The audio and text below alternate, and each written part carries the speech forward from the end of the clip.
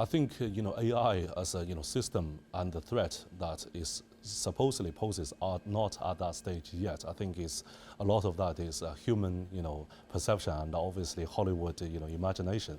But what I'm saying is that we are perfectly able to control AI, and the purpose of AI is to advance the livelihoods and the productivity of the human race as a whole. Not to be controlled by AI. But do you think somewhere down the line it could become so advanced that we do start to get close to that point in the future, maybe in 30, 40, 50 years' time? No, I don't think so, because all the AI that we are developing now as the world and also individual countries are obviously created by humans. I think human actor is the most important factor in the whole ecosystem, because what I mean by that is that humans, we can choose to put in certain stopgaps or control mechanisms to make sure that the AI will not become like a automatic weapon. Okay, so one of the key parts of maybe a global framework you're saying would be to make sure that there are rules put into AI which limits how smart it could be and avoid self-awareness. Yes, exactly. I agree with that point, Paul, because the reason why this is needed, just like the United States and Soviet Union had the START treaty to control nuclear weapons and also that kind of proliferation of nuclear weapons in outer space, this is the right time for the globe and the world to sit down together for AI to have a dedicated framework. What would you say to China in terms of whether you should attend this summit or not?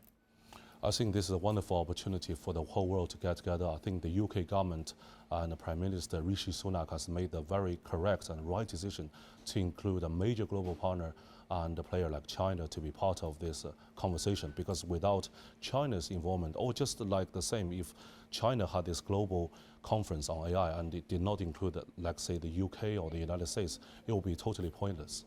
Should people be worried about their jobs? There's some analysis by Goldman Sachs that says around 2/3 of occupations are exposed to AI, with systems able to carry out between 1/4 and 1/2 of their workload. So is that a threat as well? Because people will be worried that their jobs will be replaced by AI. But what would you say to them? That's been a very long-running conversation, Paul, and I totally get the hype or the scare around it. But what I want to convey the message is that AI will help to advance humanity, especially in improving and increasing productivity. So in future, AI will be, I would say, a worker or a productive person's best friend in terms of helping that person maybe to achieve 2x, 3x, 5x their usual output. We should look at it like that. And what's not being discussed at the summit is the amount of energy that AI uses. There was a recent study that claimed the computing infrastructure required to drive the AI sector alone could use as much energy as that of a country the size of the Netherlands in just 4 years' time, but that's not being discussed at this summit. Do you think they should be talking about the carbon footprint of AI? Yes, of course. This is a very big issue. I'm personally very aware of this situation that we need to generate more green energy in terms of powering AI, because AI will use a lot of data centers, either the traditional data center or the cloud-based, and all of these are generating huge amounts of potential heat source and carbon. So this is an area that needs to be focused and tackled.